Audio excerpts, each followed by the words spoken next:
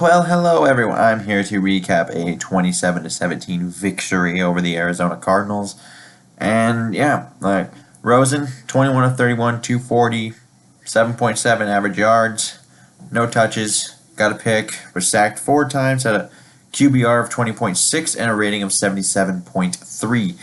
Now, carrying the ball, David Johnson led them in carries, 18 carries, my bad, for 55 yards. 3.1 average, only got a long of 10. Chase Edmonds and Derek Coleman each carried the ball 1 time each for a combined 6 yards. So they had 20 carries for 61 yards, a 3 yards per carry average. Now, passing the ball, Christian Kirk led them. He caught 6 out of his 7 targets for 77 yards, a 12.8 average yards per catch. 35 was his long. Ricky Seals-Jones, 5 out of 6 targets, 69 yards, and a 40 long, 13.8 a catch. Now Larry Fitzgerald, hometown guy coming into Minnesota, got 5 of his 8 targets for only 39 yards, 7.8 yards a catch, and his long was 16, and he was also the target when Anthony Harris he caught the ball. So Jermaine Gresham caught his lone target for 26 yards, which was a tight end screen. David Johnson caught 2 out of his 5 for 15 yards. J.J. Nelson and Chad Williams didn't really do much. They each caught 1 ball. Nelson for 9, Williams for 5. Now, they were 0 of 10 on third down, so that's a whopping 0%. They were 1 of 3 in the red zone at 33%. They had 2 turnovers and and they held the ball for 25 minutes and 45 seconds. Now, Minnesota, Kirk Cousins was 24 of 34. 233 yards, a 6.9 yards average per attempt. 1 touch, 1 pick, was sacked 4 times. QBR of 54.9 and a rating of 87. Now Murray, he carried the ball 24 times for 155 yards. 6.5 yards as pop. He had a 34-yard run. And he, of course, had that 1 touchdown. Mike Boone, he was the second guy in line here in terms of rushing yards at least. He had only run 1 run for 20 yards. Cousins carried the ball 4 times for 14 yards and a touchdown. Diggs 1 for 9. Ham got 1 for 1, and Rock Thomas, he got blown up in his 1 carry, -4 yards. And in total, we have 32 carries for 195 yards and 6.1 yards a carry with 2 touchdowns, which is by far the best rushing performance we've had all year. Now, receiving, Adam Thielen caught 11 of his 15 targets for 123 yards, 11.2 yards per catch, had the 1 touchdown. Treadwell caught all 4 of his targets today for 38 yards. Rudolph caught all 4 of his targets as well for 37 yards. Diggs caught 3 out of 5 for 33 yards. Murray 1 for 2 for 3. And Kirk Cousins is the last guy to catch a ball today, where he got -1 yard on a batted pass. Now we are 5 of 14 on third down, so 36%. We were 2 of 3 in the red zone, so 67% if you round up. And we also had 2 turnovers.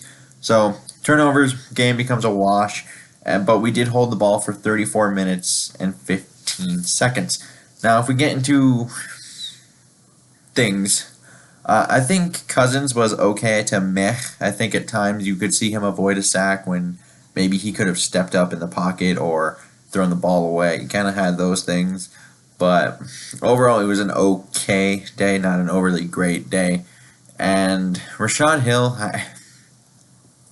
I still think he's not very good. I think Brian O'Neill outplayed him at right tackle, even when he was at right tackle. And now he's outplaying him when he's at right tackle, and Rashad Hill is at left tackle, even though I think Rashad Hill played better at left tackle than he has at right tackle. And even though I don't think you necessarily want either of these 2 guys starting, and O'Neill and Hill, I think O'Neill is the better player. And I know some people don't want to hear that, but I think he is the better player right now. And we did actually have a run game today. Don't expect that to carry over. And the reason why I say that, even though we had almost 200 yards of rushing offense today, is because we played a team that has allowed 140 yards rushing a game. Now, we haven't really had any promise up to this point. Like we haven't shown any real run game improvement throughout these games. Like if anything, it's been a downgrade because we got 116 in the first game against the Niners, and then it just kind of fell off the planet. And now you have this game against what was one of the worst rushing defenses in the entire league, and they were that again today. So, is this a nice little confidence booster for the O-line and the running backs? Maybe, but would I expect it to continue? Not really. Is it cool if it does? Of course, but will it? I'm not banking on it. And I think pass protection was still iffy at best. Like I mentioned, Rashad Hill, I think he had some plays where, you could tell he's just not a starting caliber offensive lineman. And you have other plays where, O'Neal would go overpowered, but I think otherwise he was decent. Maybe not great, but decent. And I think decent is better than Hill. And I know I might get some flack on that, but I'm going to stand by that. And I think Thielen is, Thielen's one of the better receivers in the league that I'm not sure many national media people like to talk about, because every time you talk about like the elite receivers, it's always Antonio Brown and Odell Beckham, DeAndre Hopkins, Mike Evans, Julio Jones. Like you go through all those guys, and Thielen's like, I don't know, like if you asked people to just name all the receivers, Thielen's probably somewhere between 15 and 20. The 15th to 20th guy they mentioned. I think Thielen is at the very least in the top 7 or 8 of receivers at this point. And the real problem is we're still lacking like a real third threat, even though Diggs didn't have that much today. We kind of know his money's made down the field. He's more of our deep guy. And that wasn't really utilized today, which is okay. Those things will happen. But as long as you have both of them, you're fine. Because one of them's going to go off.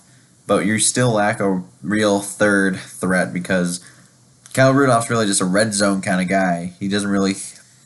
He doesn't provide much many threats in the middle of the field, is what I'm trying to... Like, his skill set is mainly used in the red zone. He's mainly just a big target that's really good at catching in traffic.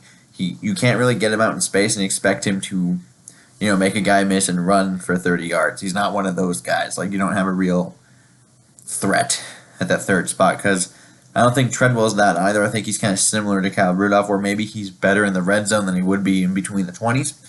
And you kind of need that other guy who might be able to make a dude miss, and maybe even just be a guy who can be kind of like a deep threat kind of guy. But right now they're kind of lacking that, and that's one thing that would really take this offense from here to here. And defensively, I think it was back to form a little bit today. I think we saw it a little bit more recognizable defense today.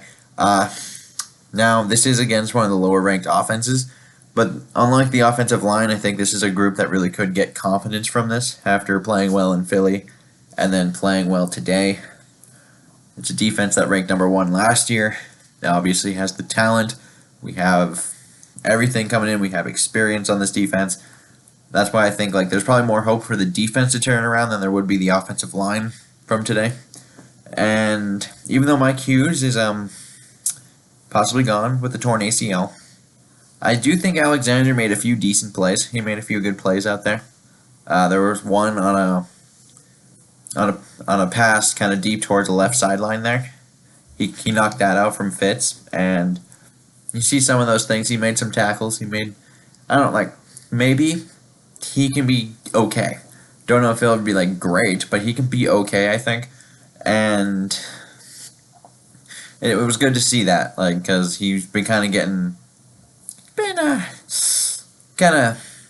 bashed a little bit these first couple of weeks. But overall, I still think there are too many big plays. We saw Christian Kirk a few times. We saw Ricky Seals-Jones. We saw the tight end screen get loose with missed tackles.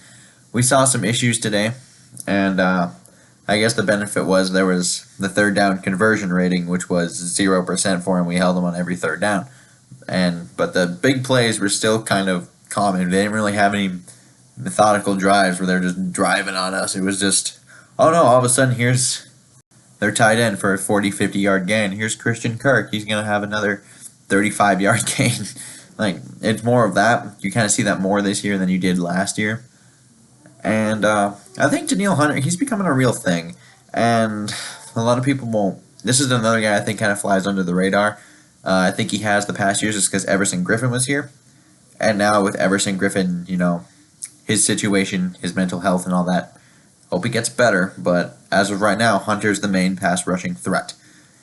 And he's responded well. Normally you see these guys, like when they're asked to be put in a position like that where they need to be the only guy left. And a lot of times these guys don't always respond in the best of ways. Now I think this has actually brought out a better Danielle Hunter than we have seen in the past, and if Everson can come back this year, good stuff. And special teams, I thought it was a decent punting day. And it wasn't great, but it was decent. And I think Dan did make all the kicks. It's all we can ask for out of a Minnesota kicker. And I would like to know what you guys think about this game down in the comments below. And until next time, I bid you all adieu.